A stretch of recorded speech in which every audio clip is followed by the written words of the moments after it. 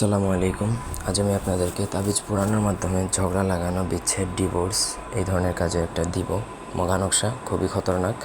আপনি পোড়ালেই কিন্তু তাদের মধ্যে ঝগড়া বিচ্ছেদ লাগবে এবং তাদের সম্পর্ক নষ্ট হয়ে যাবে। স্বামী স্ত্রীর মধ্যে করলে ডিভোর্স হয়ে যাবে, তালাক হয়ে যাবে।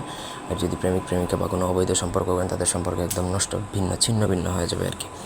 ভাইয়ে ভাইয়ে করলে ভাইয়ে ভাইয়ের শত্রুতা লাগবে, পরিবারের কারোর মধ্যে করলে দুজনের মধ্যে খুনাখুনি লেগে যাবে, এরকম একটা অবস্থা হবে। সো ছোটোখাটো কোনো বিষয়ে বা অন্যায় কোনো ইন্টেনশন নিয়ে আপনি এটা প্রয়োগ করবেন না। একান্ত প্রয়োজনে আমার সাথে যোগাযোগ করতে পারেন। ব্যক্তিগত যে কোনো প্রয়োজন বা যে কোনো কাজের জন্য স্ক্রিনে দেওয়া নাম্বার আছে, সরাসরি ফোনে, হোয়াটসঅ্যাপে বা ইমোতে যোগাযোগ করে যে কোনো কাজ করাতে পারেন, দেশে বা দেশের বাইরে থেকে।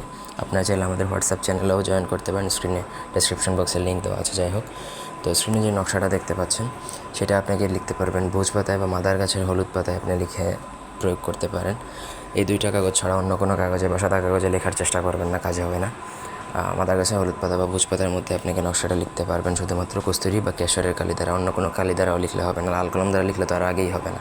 প্রত্যেকটা নকশা লেখার একটা নির্দিষ্ট নিয়ম থাকে, সেই নিয়মটা যদি আপনি ফুলফিল করতে না পারেন তাহলে আপনার কাজ কিছুই হবে না, গুড়ার ডিম হবে। সো এইসব বেসিক নলেজ নিয়ে তারপরে আপনাকে কাজে আসতে হবে। অনেকে বলে যে সাদা কাগজে লাল কলম দ্বারা লিখলে হবে কিনা। এত সহজ যদি হতো তাহলে ঘরে ঘরে কবিরাজ থাকতো। আপনাদের এই বেসিক নলেজটুকু থাকতে হবে। যদি না পারেন তাহলে কাউকে দিয়ে করাবেন, আপনার যাকে ট্রাস্ট হয়। আর আপনি যদি নিজেই করে ফেলতে চান সেক্ষেত্রে আপনাকে যেই নির্দিষ্ট নিয়ম থাকবে সেই নিয়মটা ফুলফিল করে তবেই কাজ করতে হবে। নকশা লিখবেন 7টা, শনিবার দিনে শুরু করবেন, 7 দিনে 7টা পড়বেন, শনিবার থেকে শুক্রবার। এর মধ্যে ঝগড়া লেগে যাবে, কিন্তু আপনাকে 7টাই পড়াতে হবে।